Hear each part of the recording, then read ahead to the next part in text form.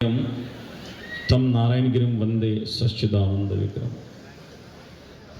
योगराज सद्गुरू गंगागिरी महाराजांच्या कृपेने, सद्गुरू श्री नारायणगिरी महाराजांच्या आशीर्वादाने असणारा 179वा अखंड हरिनाम सप्ताह, या सप्ताहाचं ध्वजारोहण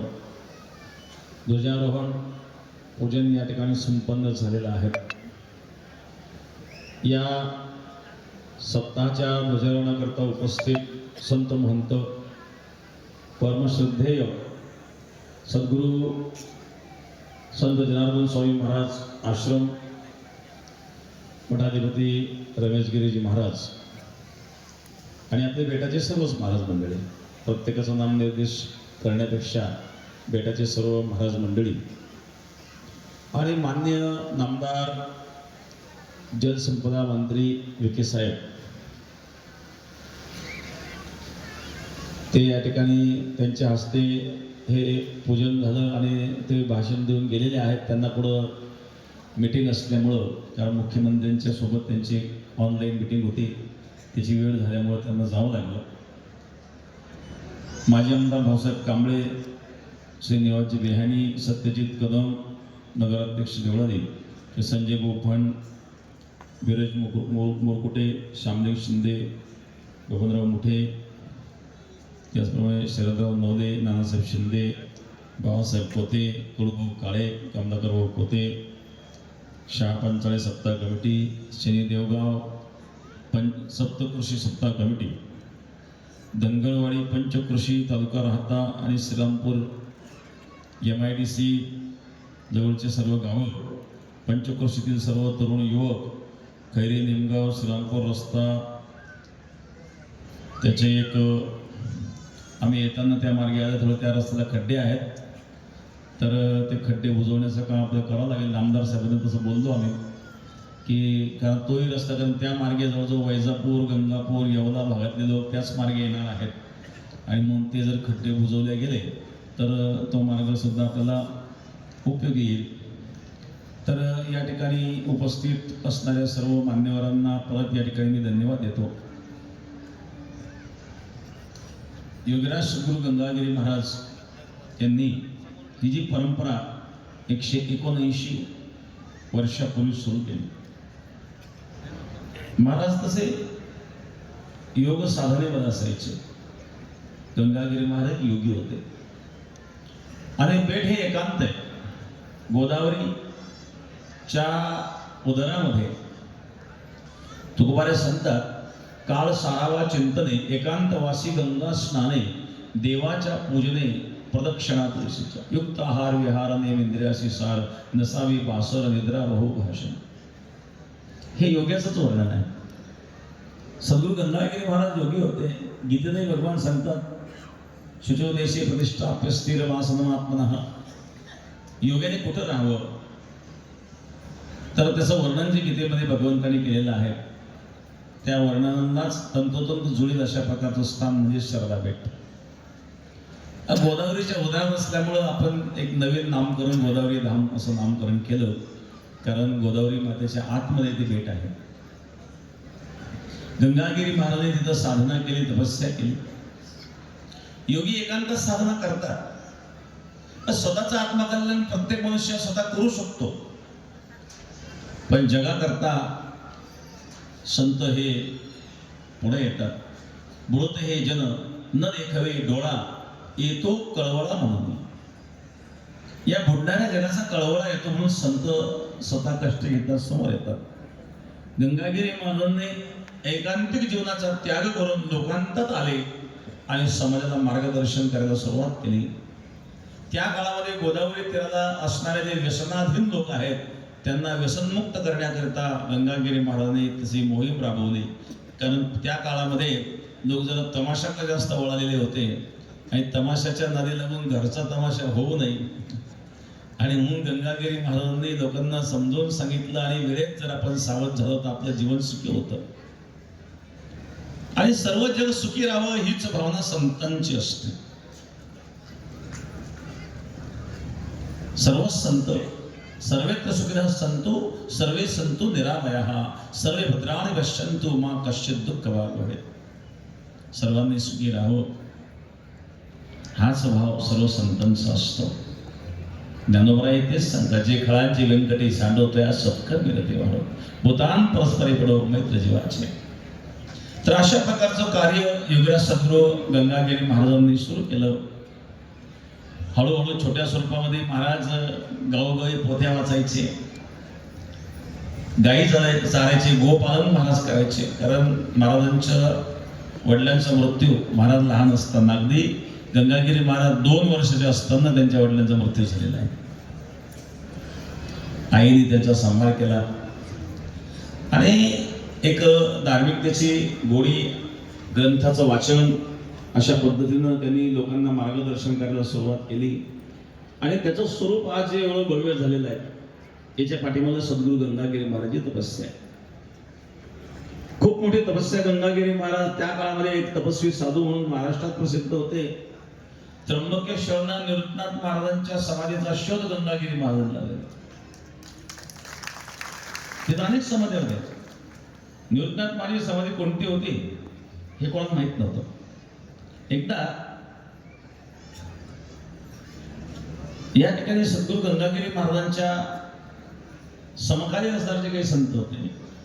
त्यामध्ये वामदास महाराज बेलापूरकर असतील, पाटील जोपळकर असतील, हे सर्व त्यावेळेला एकत्रित परमार्थ करीत होते. आणि त्यामध्ये गंगागिरी महाराज हे ज्येष्ठ होते.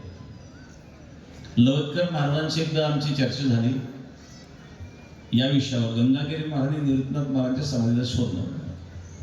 मी ललितकर महाराजांना एक प्रश्न विचारला की गंगागिरी महाराजांनी निवृत्तनाथ महाराजांचा शोध, समाधीचा शोध लावलेला आहे हे सर्वांनाच माहित आहे, सर्व फळकऱ्यांना माहित आहे, सर्व महाराज मंडळींना माहित आहे, पण याविषयी कोणी बोलत का नाही? ललितकर महाराजांनी प्रश्न विचारला. त्या ललितकर महाराजांनी उत्तर दिलं मला. ते सांगितलं, महाराज हे न बोलण्याचे कारण माहिती सगळ्यांनाच आहे, पण न बोलण्याचं एक कारण असं आहे की गंगागिरी महाराजांनी जर समाधीचा शोध लावला मग याच्या पूर्वीचे लोक काय करीत होते, त्यामुळे लोक हे गपचूप बोलत नाही म्हणजे. पण हा शोध गंगागिरी महाराजांनीच लावलेला आहे, हे सर्वांना मान्य आहे. जोग महाराजांना सुद्धा परमार्थाला गंगागिरी महाराजांनी लावलेले आहेत. तुकाराम बाबा खेडलेकरांना गंगागिरी महाराजांनी परमार्थ लावलेले आहेत. साईबाबांचा परिचय गंगागिरी महाराजांनी समाजाला करून दिलेला आहे. असं खूप मोठं कार्य सद्गुरू गंगागिरी महाराजांनी महाराष्ट्रामध्ये केलं. आणि त्यामध्ये सर्वात मोठं कार्य म्हणजे सप्ताह. या सप्ताहाच्या माध्यमातून जो आपल्या भजनी मंडळाला भजनाचा सुकाळ, भजनी आनंदाचा सुकाळ प्राप्त करून दिला, या अशा प्रकारचं भजन जगामध्ये कुठं पाहायला मिळत नाही. सप्ताहामध्ये टाळकरी, कधी कधी टाळकऱ्यांचीच फार तानातन होत असते, चाळकरी मिळत नाही सप्ताहाला, अशी अवस्था निर्माण होते. आपण खेडेगावामध्ये जेव्हा सप्ताह करतो इकून तिकून टाळकरी गोळा करायला लागतात. इच्छेने स्वखर्चाने आपले सगळे घराची कामं सोडून 7 दिवस टाळकरी इथं राहतात. पावसाचे दिवस असतात, पाऊस असतो, कधी कधी व्यवस्था होते नाही, जशी असेल तशी व्यवस्था, कोणालाही निमंत्रण दिलं जात नाही. सद्गुरू गंगागिरी महाराजांनी किती दूरदृष्टी ठेवून हा विचार केला आणि समाजाला एकत्रित करून हा भजनाचा भक्ती प्रवाह सुरू केला. दुसरी महत्वाची गोष्ट, अन्नदान. त्या काळामध्ये उपवासमध्ये जास्त होत होते. हे उपवासमान थांबण्याकरिता हा एक प्रयत्न गंगागिरी महाराजांनी केला. कारण एक मोठ्या सप्ताहाची परंपरा तर चालू आहे, पण गावोगावी सुद्धा गंगागिरी महाराज सप्ताह करायचे. आणि गावोगावी सप्ताह करण्याचा उद्देश हा असायचा की गोरगरीब जे लोक असायचे त्यांना त्यानिमित्त अन्न मिळेल. या सप्ताहाच्या माध्यमातून जे उपेक्षित समाज आहेत त्यांना सुद्धा मिष्टान्न मिळावं, हाही गंगागिरी महाराजांचा उद्देश होता.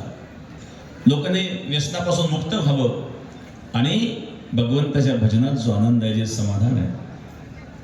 संसारामध्ये किती मोठा मनुष्य असू द्या, न च इंद्रस्य सुखम किंचित न सुखम चक्रवर्तीनाः सुखम अस्ति विरक्तस्य मुनिर एकांत जीवनात.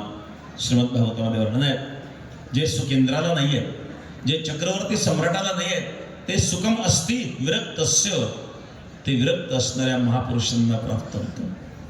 आणि हे सुख आहे भगवंताच्या भजनामध्ये. सदा नामघोष करू हरी कथा, तेणे सदा चित्ता समाधान. म्हणून समाधान यामध्ये मिळतं. सप्ताहाला 7 दिवस जेव्हा आपण येतो, हा सप्ताहाचा आनंद तर घेतोच, पण ही ऊर्जा वर्षभर आपल्याला मिळत असते. वर्षभर त्या ऊर्जेचा लाभ आपल्याला होत असतो. आमटेचा प्रसाद, गावागावून येणाऱ्या भाकरी, घराघरातून भाकरी येतात, त्यामुळं प्रत्येकाला आपलेपणा राहतो. भाकरी थाटणारी जी महिला असते त्या महिलेला सुद्धा एक समाधान असतं की मी माझ्या हाताने केलेली भाकरी हे अनेकांच्या मुखात जात आहे. पंक्ती देणारे कितीतरी तयार होतील, कोणी लाखो खर्च करेल, करोड खर्च करेल, पण लाखो करोड खर्च करण्यात हा आनंद मिळणार नाही ज्या घराघरातून भाकरी येतात. वारकरी संप्रदायामध्ये मधुकरीचं एक विशेष महत्व असतं. आजही आळंदीला जर गेलं तर आळंदी विद्यार्थी जे आहेत ते मधुकरीचं भोजन का करतात? की मधुकरी शब्दाचा अर्थ आहे मधु म्हणजे मधमाशी. जसे मधमाशी आहे बघा, ती काय करते, फुलाफुलातून थेंब थेंब गोळा करते. फुलाफुलातून थेंब थेंब गोळा करून ते मध साचवते आणि म्हणून ते मध पवित्र आहे. आपण देवपूजेला सुद्धा ते मध वापरतो. देवाला पंचामृतामध्ये स्नान घालण्याकरता मध वापरतो, प्रसादामध्ये पंचामृताच्या प्रसादामध्ये आणि मध वापरतो. अतिशय पवित्र असं ते मध आहे. ते का आहे तर एक एक बुंद एका कष्टाने, अतिशय कष्टाने त्या मधमाशीने गोळा केलेला आहे. अशा प्रकारे घराघरातून भाकरी गोळा करणं ही जी वृत्ती आहे ही मधुकरी वृत्ती आहे. त्या मधमाशीसारखी घराघरातून भाकरी गोळा करून एकत्रित येऊन तो प्रसाद जो वाटला जातो तो अतिशय पवित्र अशा प्रकारचा प्रसाद असतो. पवित्र ते अन्न हरिचिंतनी भोजन. आणि अशा प्रकारचं असणारं हे अन्नदान गंगागिरी महाराजांनी सुरू केलं. सहज रीतीने 179 वर्ष होत आहेत ही परंपरा अखंडित चालली. बऱ्याच ठिकाणी सप्ताह सुरू होतात, 10-5 वर्ष टिकतात, नंतर परंपराही बंद पडतात.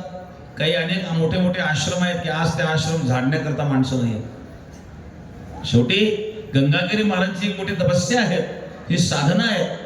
केवळ गंगागिरी महाराजांचे तर आहेच, परंतु गंगागिरी महाराजांच्या नंतर हरिगिरी महाराज असतील, नाथगिरी महाराज असतील, सोमेश्वरगिरी महाराज असतील, गुरु नारायणगिरी महाराज आहेत. गुरु नारायणगिरी महाराजांनी सप्ताहामध्ये सप्ताहाच्या निमित्ताने समाज जोडण्याचं मोठं कार्य केलं. त्या सप्ताहाचे स्वरूप वाढलं.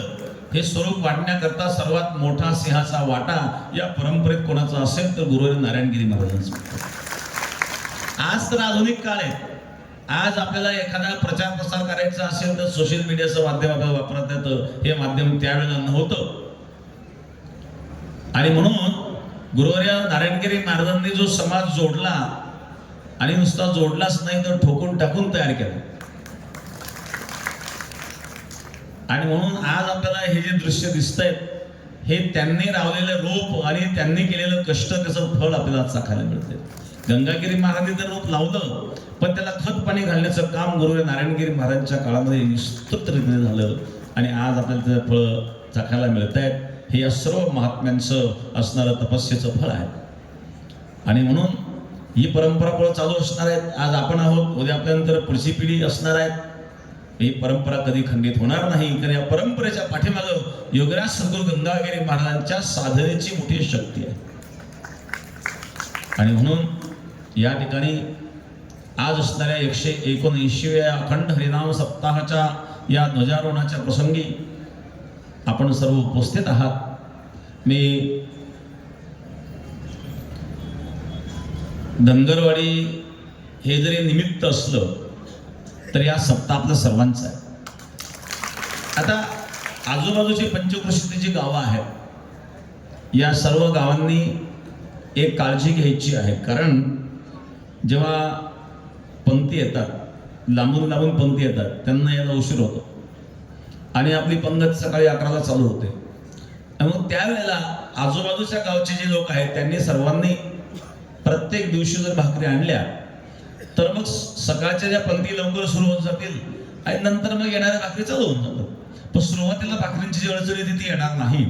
आणि हा परिसर म्हणजे आपलं सर्व बेटाला मानणारा आणि बेटाचाच निष्ठावान परिसर आहे. आजूबाजूला वाकडीला जवळजवळ 4 सप्ताह झालेले आहेत. वाकडे मोठं धनगरवाडी ही वाकडीचीच वाडी होती, ती स्वतंत्र झाली. चितळेला सप्ताह झालेला आहे.